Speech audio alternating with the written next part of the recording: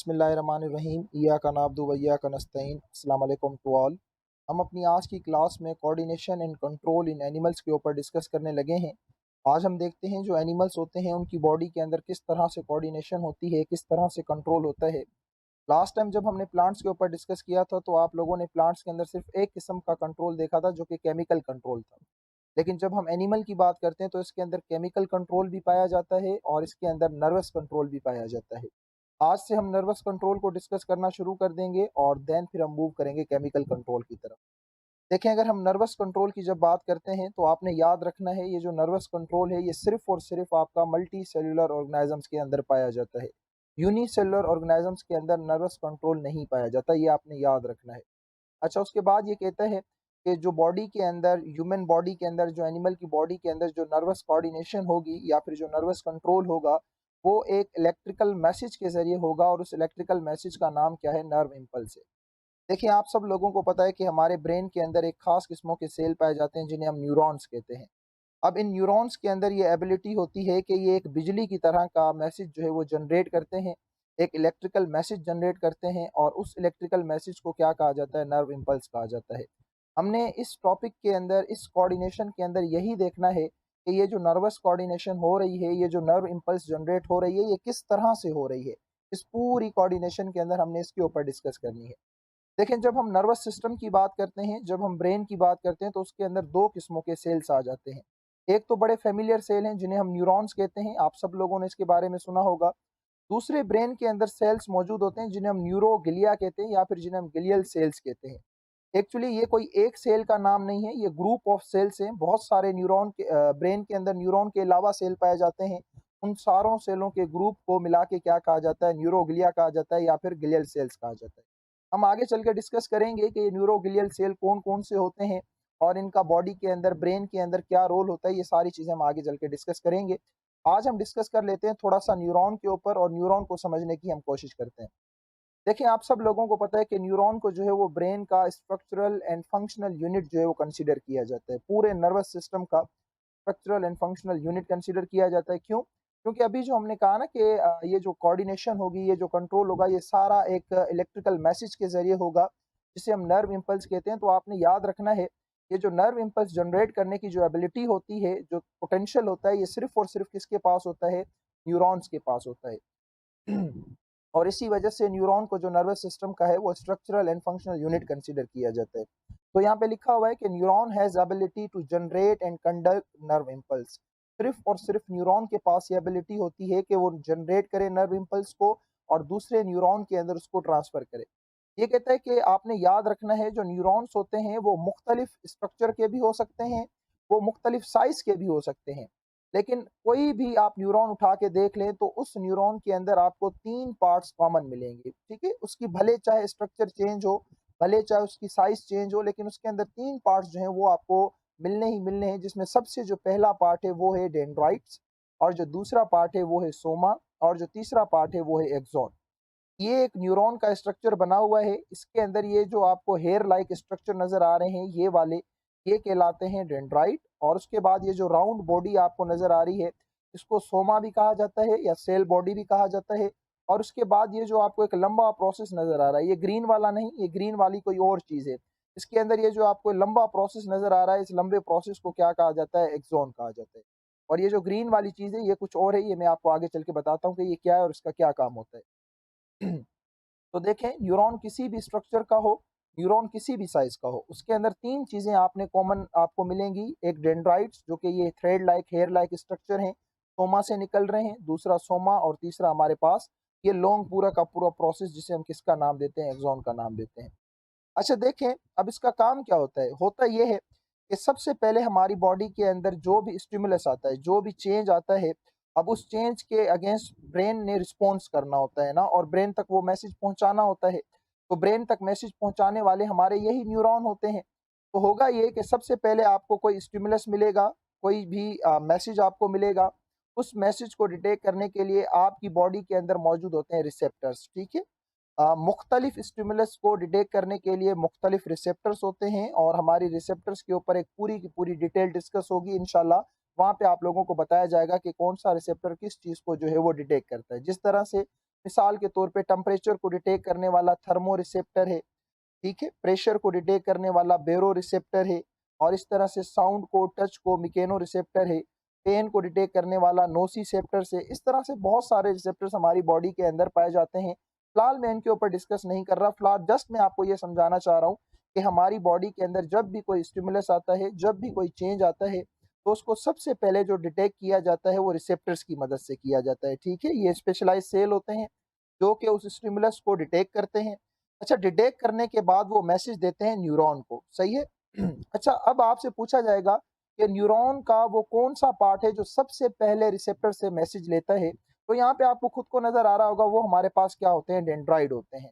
तो ये जो डेंड्राइड हैं, ये जो हेयर लाइक स्ट्रक्चर हैं जो सोमा से निकल रहे हैं, इनका काम क्या होता है, इनका काम होता है रिसेप्टर से मैसेज को रिसीव करना और आगे ट्रांसफर कर देना सेल बॉडी के अंदर। ये काम किसका होता है, डेंड्राइड का होता है। अब ये जो सेल बॉडी है, ये इसका जाहिर सी बात है, अब ये एक सेल है और हर सेल का एक पूरा का पूरा अपना सिस्टम होता है, पूरी अपनी एक मशीनरी होती है।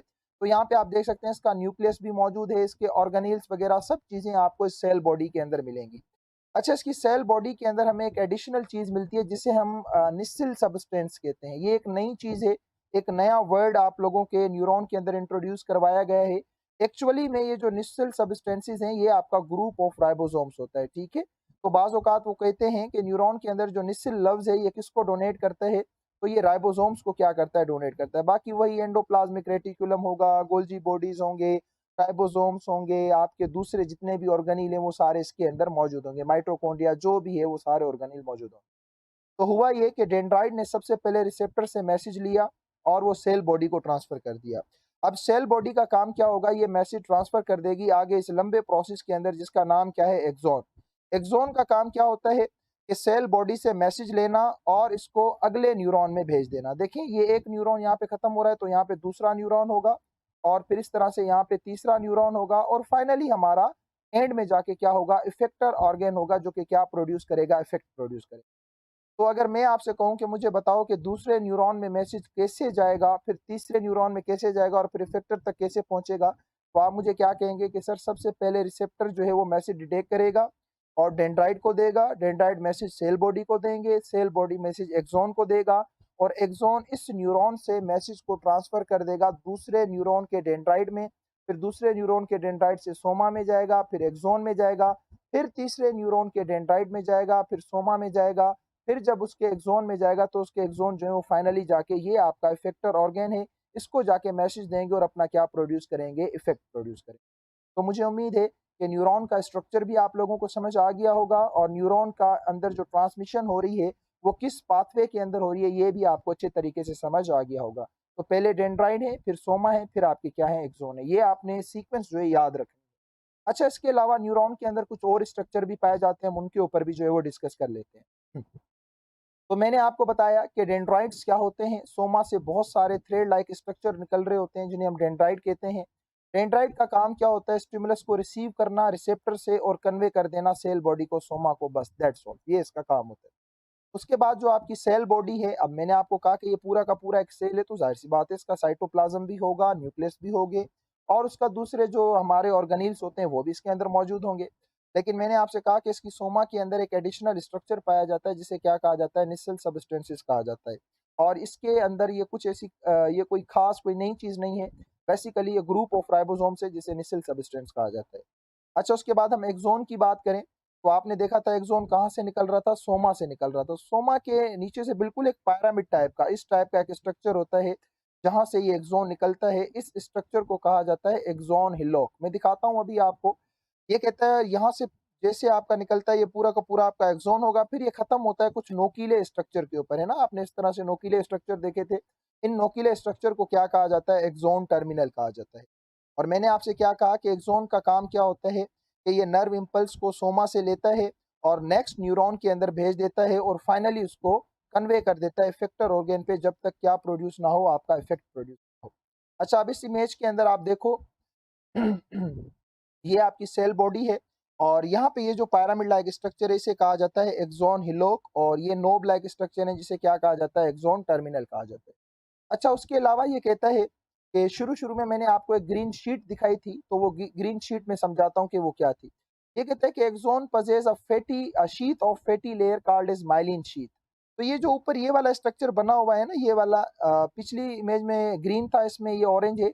इसका हरगिज़ मतलब ये नहीं है कि ये ग्रीन ऑरेंज होते हैं, ये जस्ट इमेज की खूबसूरती के लिए आपको समझाने के लिए हम कलर देते हैं। रियल सेंस में ऐसा नहीं होता।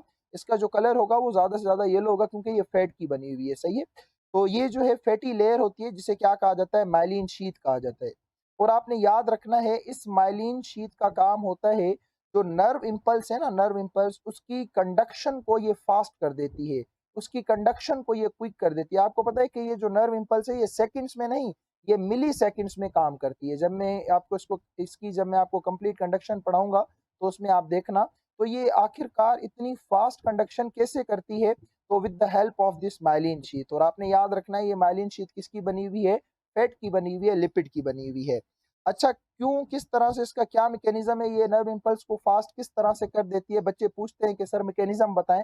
अच्छा देखें, जब नर्व इम्पल्स यहाँ से ट्रांसफर हो रही होती है इस एक्सोन के अंदर, तो हो सकता है कि ये नर्व इम्पल्स निकल के यहाँ चली जाए, फिर दोबारा से अंदर आ जाए, फिर निकल के यहाँ चली जाए, फिर दोबारा से अंदर आ जाए, फिर निकल के यहाँ से चली जाए, फिर दोबारा अंदर आ जाए। तो देखो टाइम हमारा क्या हो रहा है, कंज्यूम हो रहा है।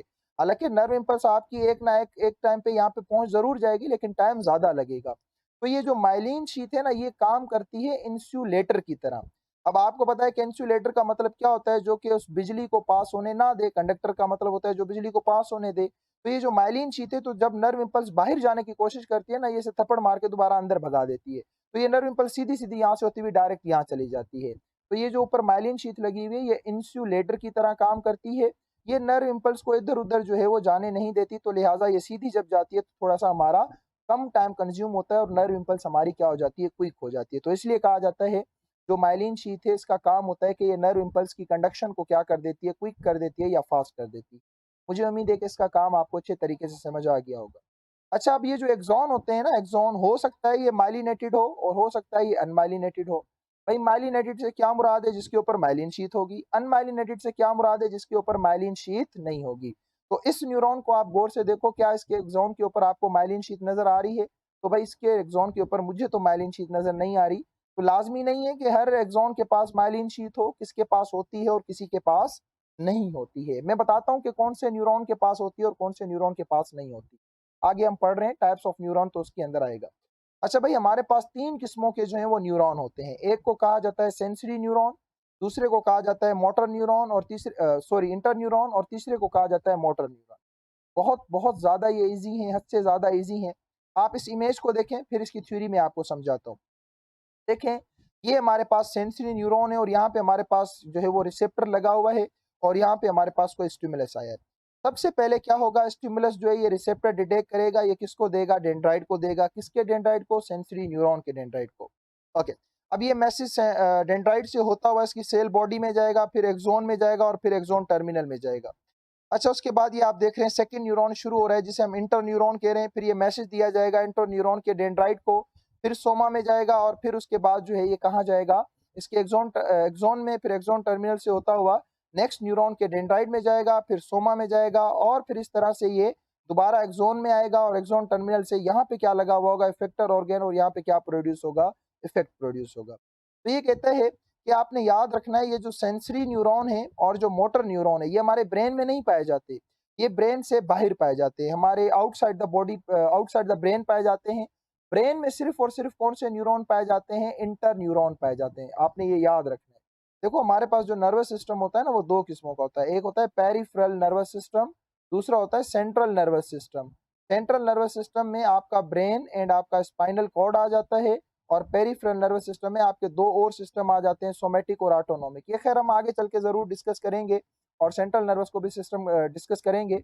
अभी जस्ट मैं आपको ये बातें इसलिए बता रहा हूँ क्योंकि हमारे सेंट्रल नर्वस सिस्टम में आपके इंटर न्यूरॉन आ जाते हैं, और पेरिफेरल नर्वस सिस्टम में आपके क्या आ जाते हैं, सेंसरी न्यूरॉन और आपके मोटर न्यूरॉन आ जाते हैं। तो आपने याद रखना है, जो सेंसरी न्यूरॉन है और जो मोटर न्यूरॉन है, ये ब्रेन में नहीं पाया जाता, ये सेंट्रल नर्वस सिस्टम में नहीं पाया जाता। सेंट्रल नर्वस सिस्टम में सिर्फ आपका क्या पाया जाता है, इंटर न्यूरॉन पाया जाता है। ये आपने याद रखना है। ये पेरिफेरल नर्वस सिस्टम में पाए जाते हैं, और पेरिफेरल नर्वस सिस्टम जो है वो हमेशा ब्रेन से बाहर पाया जाता है, जो कि हमारी पूरी बॉडी के मैसेजेस को, इम्पल्सिस को क्या करता है, कंट्रोल करता है।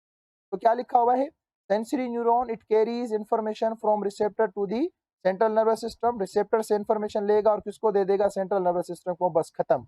उसके बाद मोटर न्यूरॉन है, मोटर न्यूरॉन क्या करेगा, सेंट्रल नर्वस सिस्टम उस मैसेज को एनालाइज करेगा कि वो मैसेज क्या है, फिर वो मैसेज भेजेगा किसको, अगले न्यूरॉन को, मोटर न्यूरॉन को, और वो जाके आपका क्या प्रोड्यूस करेगा, इफेक्ट प्रोड्यूस करेगा। तो याद रखना है मोटर न्यूरॉन ही वो होता है जो कि इफेक्ट प्रोड्यूस करता है, तो इसलिए इसे इफेक्टर न्यूरॉन भी कहा जाता है। और उसके बाद देखो क्या लिखा हुआ है, इंटर न्यूरॉन। मैंने आपको बताया कि ये कहाँ पाया जाता है, सेंट्रल नर्वस सिस्टम में पाया जाता है। अब ब्रेन का एक पार्ट थोड़ी ना होता है, ब्रेन के तो बहुत सारे पार्ट होते हैं, 3 पार्ट होते हैं ब्रेन के, फिर उन 3 पार्ट्स की फर्दर क्लासिफिकेशन होती है।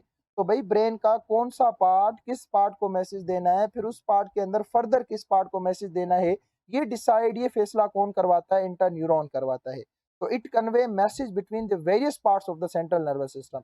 अब भाई ब्रेन के हजारों लाखों जो हैं वो, हजारों लाखों तो नहीं, बहुत सारे खैर उसके पार्ट होते हैं। तो उन डिफरेंट पार्ट्स के अंदर जब मैसेज देना होता है तो वो जिम्मेदारी किसकी होती है, इंटर न्यूरॉन की होती है। और आपने याद रखना है हमारा जो इंटर न्यूरॉन होता है ये क्या होता है, नॉन माइलिनेटेड होता है। इसके ऊपर आपको किसी भी किस्म की माइलिन शीट नहीं मिलेगी। यहाँ पे देखो sensory neuron myelin sheath present, motor neuron myelin sheath present, inter neuron को देखो तो नो माइलिन शीट, यहाँ पे कोई भी माइलिन शीट नहीं है, क्योंकि इसका कोई इम्पल्स के अंदर इतना सच बड़ा रोल नहीं होता।